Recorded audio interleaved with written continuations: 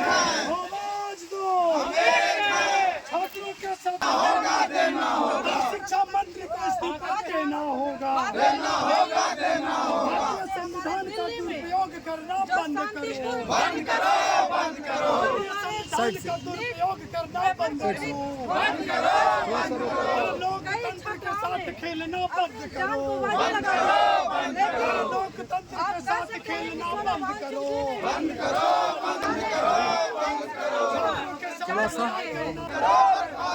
भारत देश का युवा जाग उठा है, जाग उठा साथियों से और आंसू गैस की सेवा से आप हमारी आवाजों को दबा नहीं सकते हैं। कब घर के हमारे जब तक विद्यार्थियों के साथ ये अन्याय बंद करो, हमारे नीट के लिए तैयारी करते हुए जान से घर से किसान हमारे भाई और बहने जो बेचकर हमारे अपने बच्चों की मुद्दा को लेकर जंतर मंतर पर होते हैं कांग्रेस पार्टी के लोग आंदोलन किए हैं शांतिपूर्ण तरीका से, आंदोलन बंद करो, दिल्ली सरकार इस्तीफा दो, इस्तीफा दो, इस्तीफा दो, इस्तीफा दो। आज खूब चुनौती दिया जा रहा है, नौजवान अब चुप नहीं बैठने वाले, जब तक सरकार जवाब जब तक हमारे देश की नौजवान छात्र छात्राएं वो किस प्रकार से घूम रहे हैं, लेकिन जब हमारे छात्र जितने प्रकार से मेहनत करते हैं, पढ़ाई करते हैं और पर हर में पेपर लीक किया जाता है, लेकिन फिर भी सरकार की सत्ताधारी जो है अभी चुप बैठे हुए हैं। इस पर क्या कहना चाहते हैं? आज हम लोग प्रखंड बुढ़ारू में सभी छात्र मिलकर आप जो देख रहे हैं कि इस देश में जिस तरह से नीट का पेपर लीक किया जाता है और देश में जो हमारी युवा का भविष्य है उसे अंधकार की तरफ ले लिया जाता है। आप देख रहे हैं कि यहाँ पे जब दिल्ली में हमारे जो छात्र हैं, हमारी भाई बहनें छात्राएं जो अपनी मांग के लिए, जो अपनी हक अधिकार के लिए जो वो दिल्ली में जंतर मंतर पे प्रदर्शन करते हैं, तो ये देश की सरकार, ये देश की तनाशाह सरकार हमारे बहनों को, हमारे भाइयों को कपड़ा फाड़ता है और उसे लाठियां बरसाने का काम करता है। आपको पता होगा सरकार की जवाब है कि स्टूडेंट के रूप में, छात्राओं के रूप में यहाँ पर अन्य लोग यहाँ पे उपद्रव कर रहे हैं। मैं आपको पूछना चाहता हूँ कि वो अन्य लोग कौन है और इसकी जिम्मेदारी किसकी है? अगर ये भीड़ में कोई अन्य बंदा घुस रहा है तो ये जिम्मेदारी किसकी बनती है? सरकार का, प्रशासन का या छात्र का? कोई मात्र एक सवाल पूछा गया था कि धर्मेंद्र प्रधान को इस्तीफा दो, इस पर इतना बवाल क्यों? मैं आपको पूछना चाहता हूँ कि ये देश का जो छात्र है, जिसके हाथों में देश का भविष्य है, ये धर्मेंद्र प्रधान का ही तो इस्तीफा ही तो चाहता है।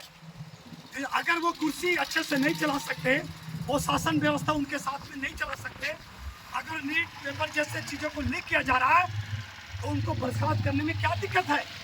इस देश में जो लोग सरकार में है, ये धर्मेंद्र प्रधान जैसे लोगों को क्यों नहीं इस्तीफा देने देते हैं? ये देश की सरकार क्या चाहता है? यही चाहता है कि देश में लोकतंत्र व्यवस्था में जिन लोगों ने वोट की ताकत से जिस सरकार को लाया और जिस सरकार ने वादा किया कि हम इस देश में हम युवाओं को रोजगार देंगे, क्या रोजगार के बदले उनको लाठियां देंगे आप? क्या रोजगार के बदले पेपर लीक करेंगे? क्या रोजगार के बदले यहाँ के युवाओं को अंधकार में ढकेलने का काम करेंगे? यहाँ पे हमारे गुरुआ विधानसभा के विधायक जी के भी ओपिनियन आया था कि इस्तीफा क्यों, कार्रवाई तो हो रही है लेकिन इस्तीफा क्यों? मैं विधायक जी से पूछना चाहता हूँ कि इस्तीफा क्यों नहीं? जब पेपर लीक हो रहा है, जो बच्चे अपने गरीबी से, अपने किसी तरह से पेट पाल के, उनके माँ पिताजी गरीबी से अपने बच्चों को नीट की तैयारी करवाते हैं, वो कोई 5 साल से 10 साल से वो बच्चे वो तैयारी करने के लिए दिल्ली के जगह पे होते हैं, वो रूम रेंट पे ठहरते हैं।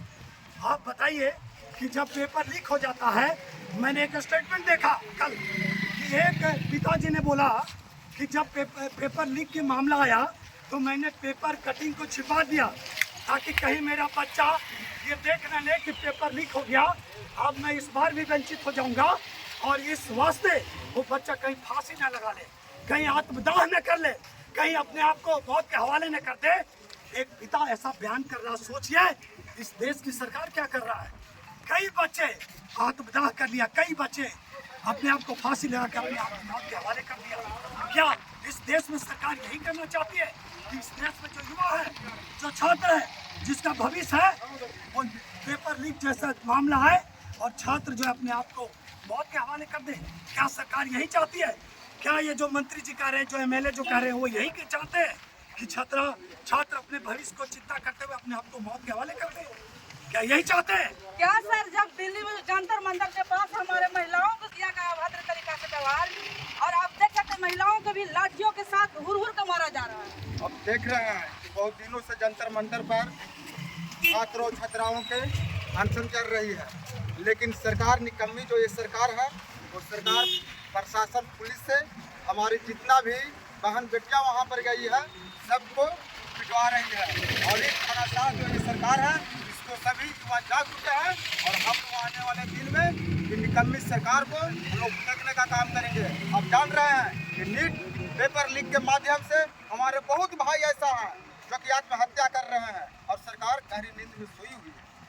हमारे संसद से ही 21 जुलाई को पीछे के दरवाजे से हमारे पीएम जी चले गए, इस पर क्या कहना चाहते हैं? अब बताइए, हमारे देश के पीएम, हमारे इतना बच्चे लोग का एक अभिभावक, उनको सभी लोग का एक आशा था कि हम लोग के बारे में कुछ बोलेंगे। बताइए, चुप्पे से वो निकल दिए। कितना बड़ा हमारा इस देश का दुर्भाग्य है। एक हमारा एक पीएम पतली गली से, पीछे वाली गली से निकल गए कुछ बिना बोले हुए। भाई शर्म आनी चाहिए।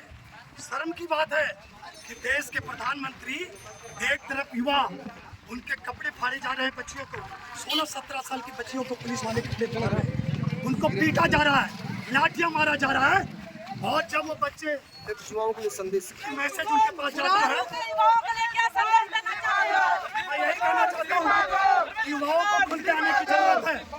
और अब ये सरकार नहीं सुना तो हमारा देश का संविधान है, हम बिल दायर करेंगे, हम अलग अलग राज्यों से बिल दायर करेंगे, सुप्रीम कोर्ट से मांग करेंगे कि पेपर लीक जैसे संगीन मामले में जो मंत्री और जो लोग सबको बर्खास्त किया जाए। तो हम सब अब सुप्रीम कोर्ट का सहारा लेंगे। अगर हमारे जो गांधी जी के चलते अगर इस बात को नहीं माना जाता, क्या भगत सिंह के बात पर आएंगे आप लोग?